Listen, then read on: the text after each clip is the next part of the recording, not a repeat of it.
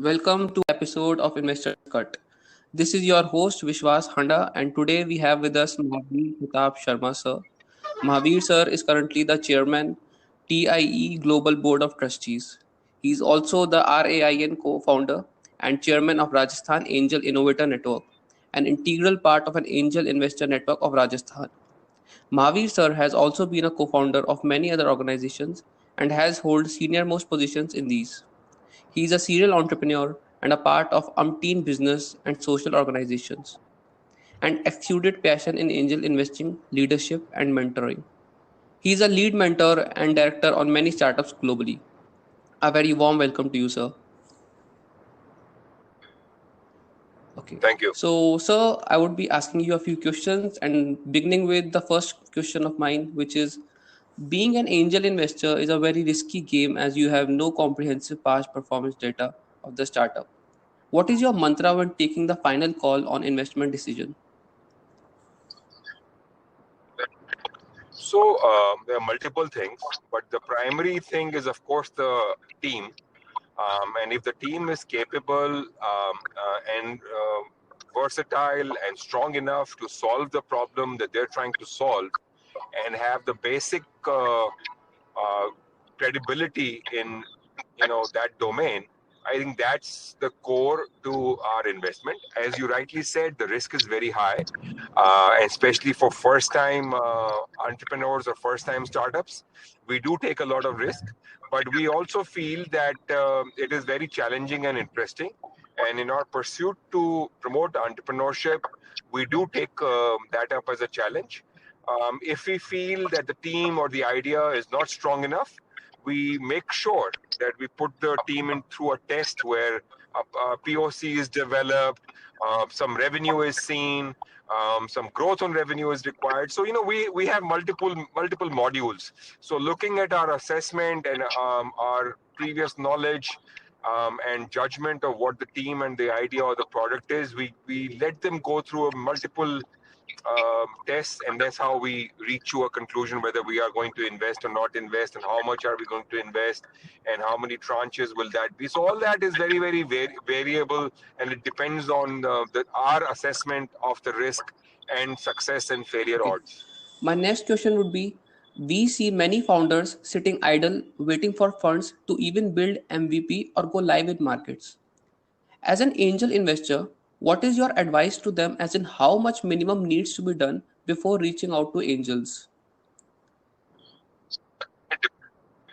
See, again, it depends on the idea and the product that you are trying to develop. You have to understand that if the MVP is something that has already been done, or similar products or services already exist, you will have to do much more than an MVP. You will have to go to market and get traction and see if your MVP or your product service is better than what other people are offering.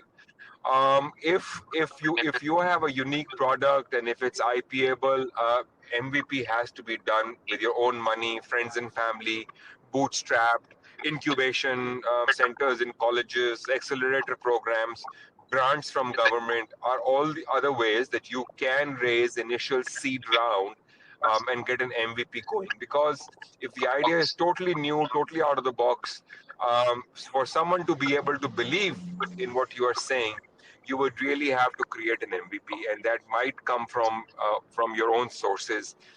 So I would then, come and approach the investor.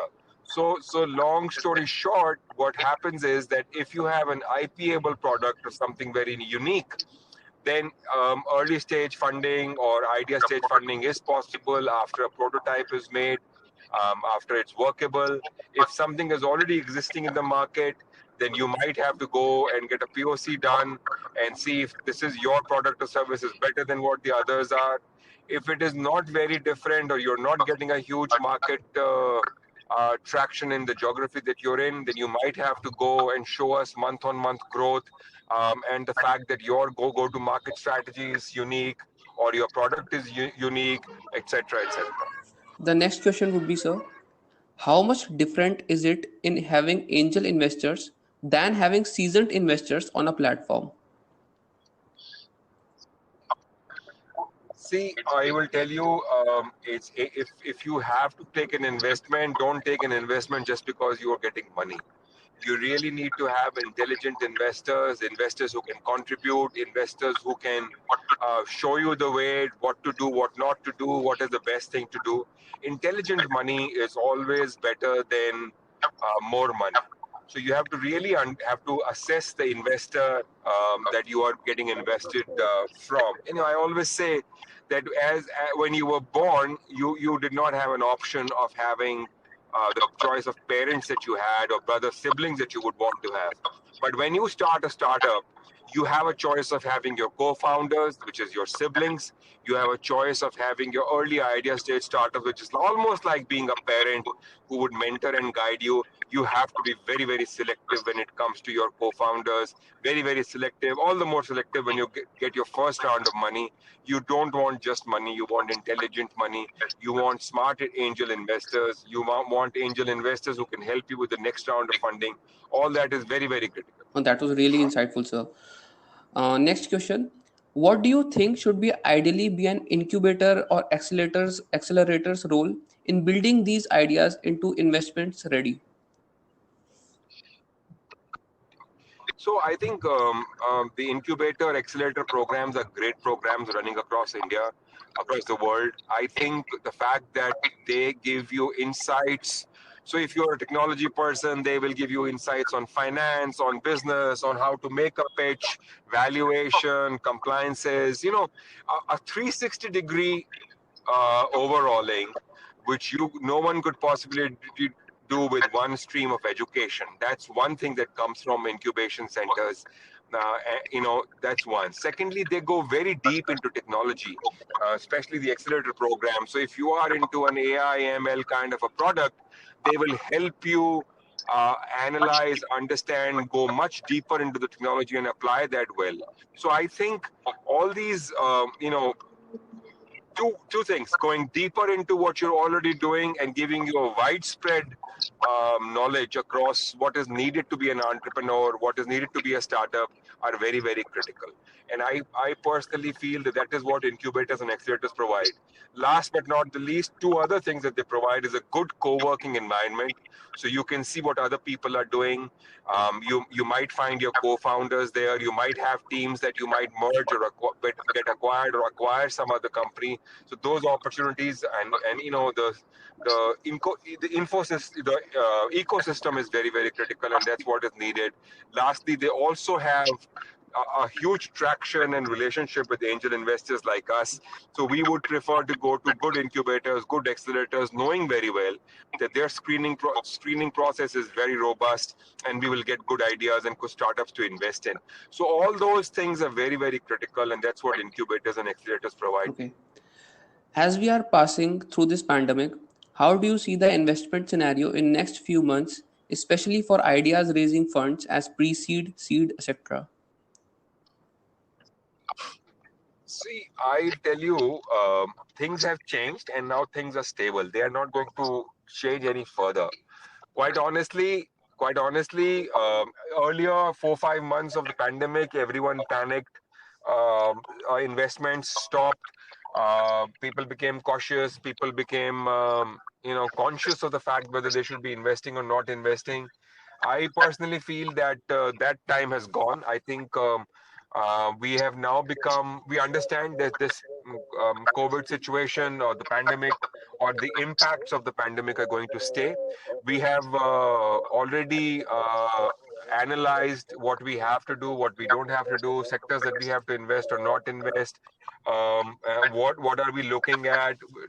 At the back of our mind, we already have the worst case scenario that all of us have gone through 5 months ago, 4 months ago. So I mean, everything has now become to normal. Now, whatever suits my palate, whatever suits my philosophy of investment, whatever spheres that I have not invested in or not burnt my hands in, will obviously get funded with the fact that this situation of travel, commute, COVID, non-COVID situation will always stay the way it is. So I think now things are back to normal. Um, Philosophies have now been, or processes have now been embedded and become permanent. the panic or uncertainty that existed earlier does not exist anymore. And I think no matter what stage, seed, idea, early, whatever stage you might be at or you might be in, it's not a. It's for me as an investor, it's not a any different from it was what it was pre-COVID. My mantra or philosophy or my ticket size or my process is pretty much the same. Just an additional you know word of caution or word of advice from to my team is that we don't have to invest in something that would stop if we were all stationed in one place, one office, or had to work from home. So that naturally comes to our teams now, to to all of you also. So it's not a roadblock Okay. anymore. What are the few areas where you see huge potential of growth, or some areas which are crying for attention in next 10 years in India? Oh, see, 10 years is a very long window. We we live in a world where every 2 years new things, new technologies, and new adaptations will be coming. But what I see that the India's huge potential or huge market is the fact that India is so you know, broad a country, from urban India to rural India to semi-urban, tier 3, tier 4 cities, smartphone penetration, education, vernacular, impact, agri-tech, clean tech, energy, environment. I mean, India's potential is so huge, because I feel only we've just scraped through a top level potential of what applications or what technology or various things have done or can do. So I personally feel that it's a huge potential when it comes to reaching out to the masses across India. In the end, sir, what advice would you give to young entrepreneurs of today? See, my advice is simple. Don't waste your energy or time to in terms of trying to do something that other people have done, unless you really have path breaking, uh, IPable product or service or idea. You should make sure that you have something that works for you. In addition to something, create something new, use multiple technologies. There are verticals which you can work in, from, for example, agri-tech, clean tech, and other e-commerce, marketplace, and multiple things. But make sure that you use AI, ML, blockchain, AR, VR. These are tools to improve UI, UX, you make your service, a product, better or faster. Use these things also. Data analytics, data, are all very critical things. So you are now not just working in one sector. You are working in a sector and using all these multiple technologies that are available, which are right for your product or service. Don't just waste your time and energy on creating something which is simple, which is ordinary. Even if you have to go into an e-commerce space, if you're not using data analytics, if you're not using ML, if you're not using products or services that other people are doing, if you're not disrupting the market, don't waste your time and energy. Work on something that no one else has done. Do something which is very smart. Young entrepreneurs, other than creating your good team, right, finding the right co-founders, also looking at a problem or a solution that has the right market fit, that is needed, that does not a product or a service that doesn't need to be sold or pushed to your consumers, is the right fit. And also marrying the two, your abilities as co-founders with what product or service you are delivering. That matchmaking should happen so that it's seamless, and what you promise to deliver in terms of a solution to a problem that you have seen, your abilities to deliver that from end to end should be very, very clear and absolutely in sync with each other. Because if there is a mismatch in what you are doing or what you have done in the past, sometimes fundraising becomes difficult. And as you know very well, that in an early stage or idea stage, fundraising is a critical thing. So you really have to have the product, service, and the team in sync. Also, what I have felt is that while sectors are important, sector and domain expertise is required. But no matter what sector you, as young startups, go, or anyone else does that, you have to understand that now you have to embed multiple technologies into that solution that you provide. From, so let's say if you have an agri-tech domain or a sector specific startup, you will really have to look at climate changes, impact of climate on agriculture, predictability of the region that you are in, consumer behavior, data and research has to be embedded. So all that has to be part of machine learning. And then, of course, future going forward, integration with all climate or weather related things on AI basis. So basically, having a solution for a simple farmer to provide something and creating an app in Hindi or in Marathi or whatever language is one thing.